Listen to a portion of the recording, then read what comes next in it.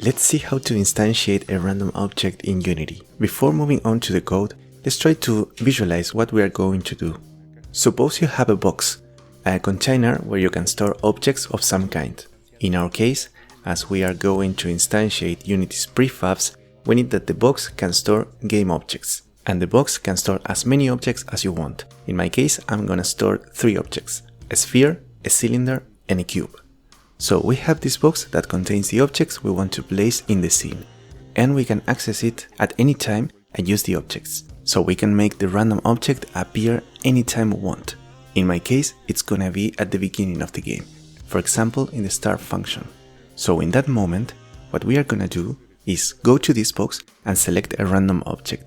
Then create a duplicate of this object, and this copy is the one that we are gonna place on the scene, in a certain position. For example, in the position of an empty object, while the original object remains in the box and can be reused. This is basically what we are going to do in the script, so let's go to Unity. Here we are. I have a couple of things done in advance, for example the prefabs that we're going to use, also a script named instantiate randomly, which is currently empty except for the default functions. I have the scene with this empty object that has the script assigned to it, and I have another object that is the position where we are going to instantiate the objects. So let's start defining a reference for the position where we are going to place the object. For this, we will use the transform component from the position GameObject. I define here a public transform, call it position, and here in the field that appears in the inspector, I will drag the position GameObject. Now we define a reference for that box that told you at the beginning. A box to contain GameObjects. There are different collections that can be used in this case. We have arrays, we have lists, we even have dictionaries. But the most common option would be to use an array, so I'm gonna define it here. Public GameObject and open and close brackets. With this we are defining an array of GameObjects, that is to say an object that can have a lot of GameObjects inside. I give it a name, and we see that the reference of this array appears in the inspector. Let's write 3 for the size and drag the prefabs: the cylinder, the cube, and the sphere. So now we have the reference of this box from which we will randomly choose an object. If we want to access an element of the array, we can do it using an index. This way, for example, objects to instantiate, open and close brackets, and 0. This is returning as the element number 0 of the array, that is the cylinder. If I put 1, I would get the cube. If I put 2, I get the sphere. So if we want to choose a random object inside this box, what we have to do is generate a random number between 0 and 2. We can do that with this instruction. Define an integer, for example n, and make it equal to this instruction, random.range, and pass as parameter 0 and 3. The random range function does not take the last element into account, so it will generate numbers between 0 and 2. However, this is not a good way to do it, because if we decide to add more elements, for example 10 GameObjects, we would have to come to this instruction and change it. So what we can do instead is the following. Notice that this number that I'm writing here is the same as the size of the array, because the elements of the array starts from 0. So here we can directly write the size of the array. We do it with the name of the array, objects to instantiate, dot length. That is the size of the array. So now it doesn't matter if the array has 3 elements or 100 elements, the random number will always point to an element of the array. With this, we choose the object that we want to place in the scene. Now we have to create an instance of this object.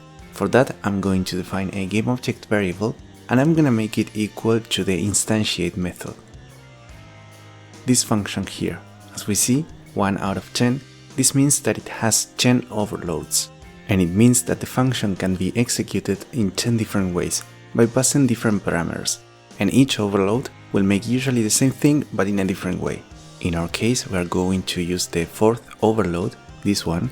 We need the original object, the position where we want to place it, and the rotation. Then the original object would be inside the array with the random index. The position is in this transform component, position.position. This can be a little confusing, so I'm gonna change it. We are gonna name it pose. So we are accessing the position of this transform. And finally, we pass the rotation that we want the object to have. We use the rotation that is already defined in the prefab. So we write the array with the random index dot transform dot rotation. And with this we generate the object in the scene in the indicated position, and we have the reference in the G variable. And that would be all we are going to do for now. In fact, I'm not gonna need this reference, so I could delete it and just use instantiate. In case you want to do more things with that object, for example access one of its components or apply a velocity to a rigid body that might be assigned to it, well, in that case you will need to keep the reference, but in this case it's not necessary. Let's see how it works. Here when I hit play it gives me an error because the transform is not assigned. This pose field is empty. This happens when you change the names of the variables. Sometimes the references are lost, so you have to be careful with that.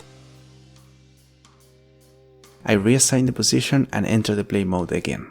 Here the cylinder appears, replay, and now the sphere, the cylinder, and the Rubik's Cube. And with this we have achieved the goal of this video.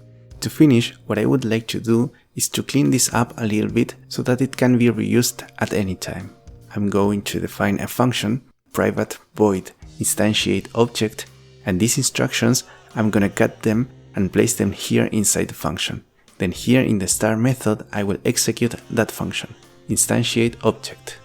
Then this allows us to reuse the function. Every time we want to randomly instantiate an object, we simply call this function and there are defined all the instructions that perform that task.